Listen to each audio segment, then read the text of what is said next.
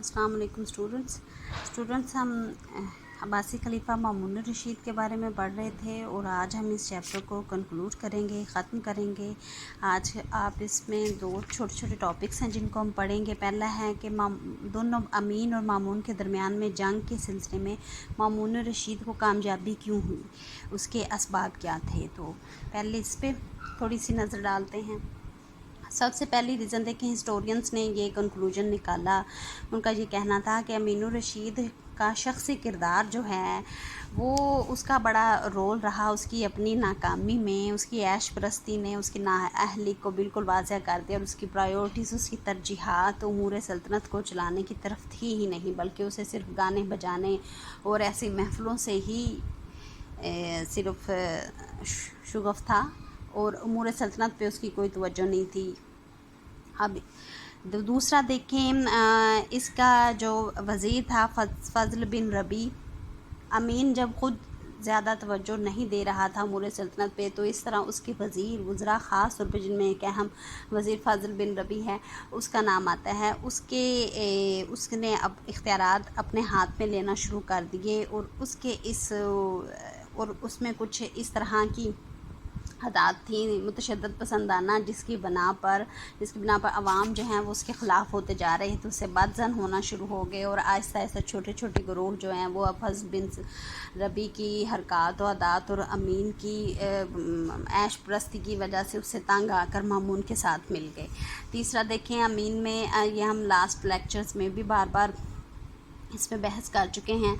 अमीन को अपने नजीब उल तरफ़ैन सैयद होने का बहुत गुरूर था और इसकी बिना पर अहले अज्म उससे नाराज़ रहते थे। अब ये सारे अहले अज्म जो है सारे फुजला उल्मा और स्कॉलर्स और बल्कि जितने भी ये फ़ौजी की जितनी भी पावर थी, जर्नैल थे, वो सब इसको छोड़कर मामून के साथ मिल गए। एक तो मामून की माँ क्योंकि ईरान से थी, दूसरा ये कि मामून में अपने बाप वाली वो तमाम सिफ़ात मौजूद थी और लोगों को मामून से तवक्कुआत ज़्यादा थी।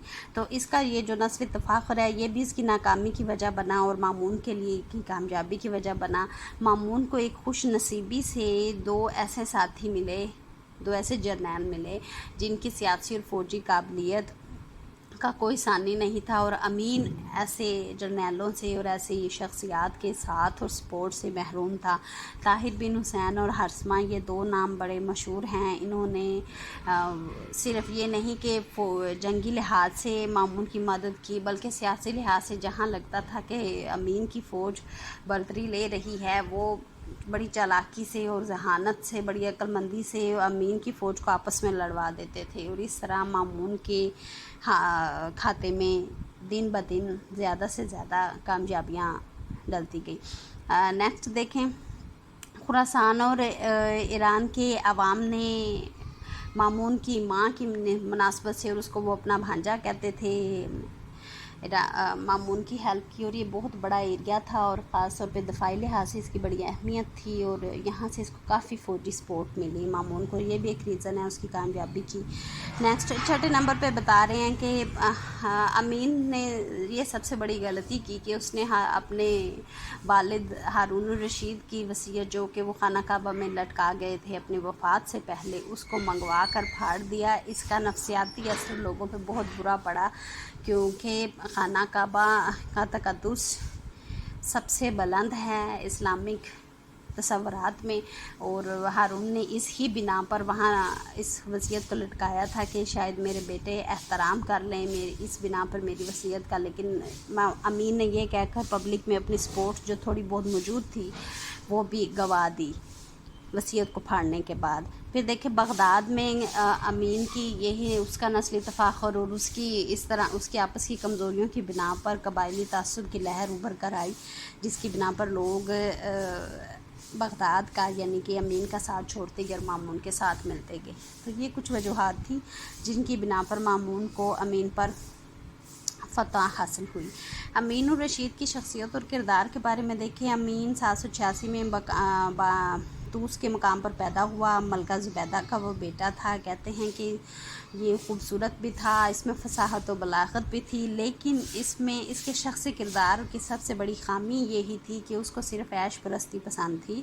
یہ نہیں ہے کہ ہارون کے دور میں بھی، ہارون کے دربار میں بھی گانے بجانے اور اس طرح کے آرٹ پہ، فنون لطیفہ پہ ہر لحاظ سے توجہ دی جاتی تھی، لیکن امین نے صرف اسی بات پہ توجہ دی اور اپنی فورن پالیسی پہ اور اپنے امور سلطنت کو چلانے کے لیے اور پبلک ویلفیئر کے لیے کوئی کام نہیں کیا، جس کی بنا پر اس کو، اس کا جو ہسٹورینز بھی اس کے سیاسی کردار پہ کافی تنقید کرتے ہیں، اور عوام نے ان ادوار میں بھی اس کا ساتھ چھوڑ دیا تھا اور اس نے شکست کھائی اور آخرکار اس کا قتل کر دیا گیا۔